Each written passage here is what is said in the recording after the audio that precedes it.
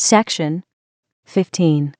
And be it further enacted that any other railroad company now incorporated, or hereafter to be incorporated, shall have the right to connect their road with the road and branches provided for by this act, at such places, and upon such just and equitable terms as the President of the United States may prescribe.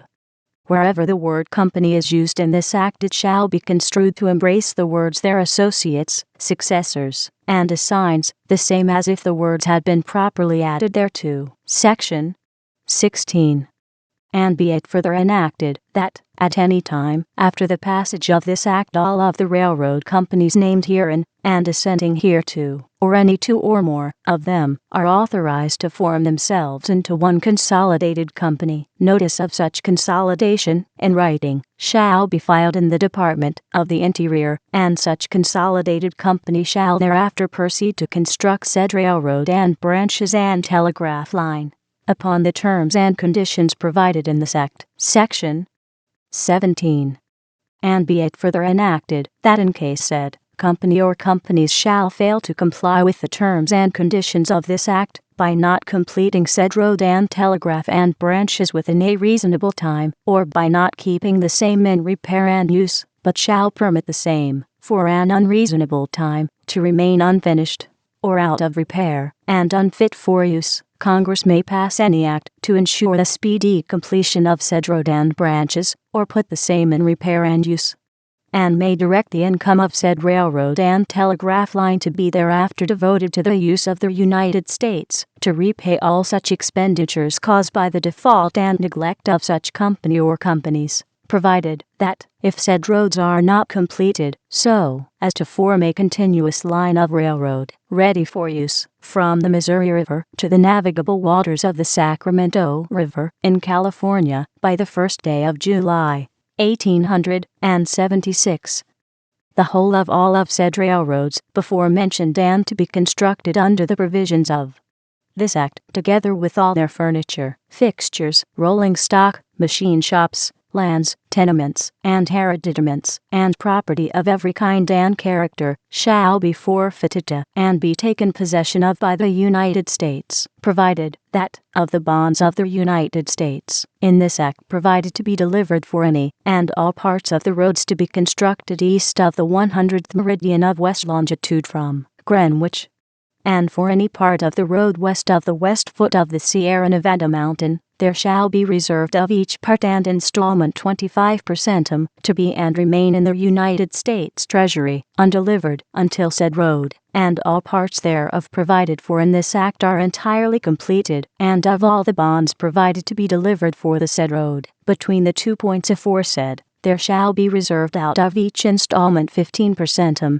to be and remain in the Treasury until the whole of the road provided for in this act is fully completed, and if the said road, or any part thereof, shall fail of completion at the time limited therefor in this act, then, and in that case, the said part of said bonds sole reserved shall be forfeited to the United States. Section 18. And be it further enacted that, whenever it appears that the net earnings of the entire road and telegraph, including the amount allowed for services rendered for the United States, after deducting all expenditures, including repairs, and the furnishing, running, and managing of said road, shall exceed 10 per centum upon its cost, exclusive of the 5 per centum to be paid to the United States, Congress may reduce the rates of fare thereon, if unreasonable in amount, and may fix and establish the same by law,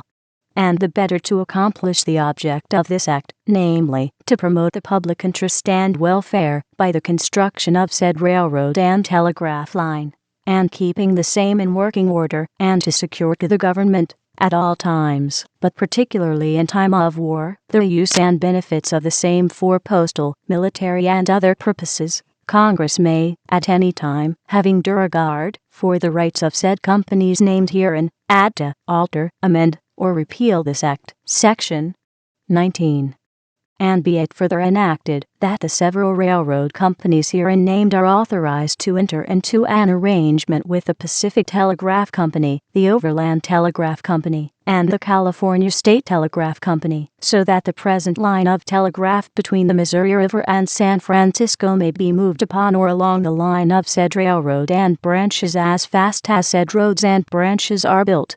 And if said arrangement be entered into and the transfer of said telegraph line be made in accordance therewith to the line of said railroad and branches, such transfer shall, for all purposes of this act, be held and considered a fulfillment on the part of said railroad companies of the provisions of this act in regard to the construction of said line of telegraph. And, in case of disagreement, said telegraph companies are authorized to remove their line of telegraph along and upon the line of railroad herein contemplated without prejudice to the rights of said railroad companies named herein, Section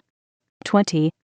And be it further enacted, that the corporation hereby created, and the roads connected therewith, under the provisions of this act, shall make to the Secretary of the Treasury an annual report wherein shall be set forth first, the names of the stockholders and their places of residence, so far as the same can be ascertained. Second, the names and residences of the directors and all other officers of the company. Third, the amount of stock subscribed and the amount thereof actually paid in. Fourth, a description of the lines of road surveyed, of the lines thereof fixed upon for the construction of the road, and the cost of such surveys. Fifth, the amount received from passengers on the road. Sixth, the amount received for freight thereon. Seventh, a statement of the expense of said road and its fixtures. Eighth, a statement of the indebtedness of said company, setting forth the various kinds thereof, which report shall be sworn to by the president of the said company, and shall be presented to the Secretary of the Treasury on or before the first day of July in each year. Approved July 1st, 1862.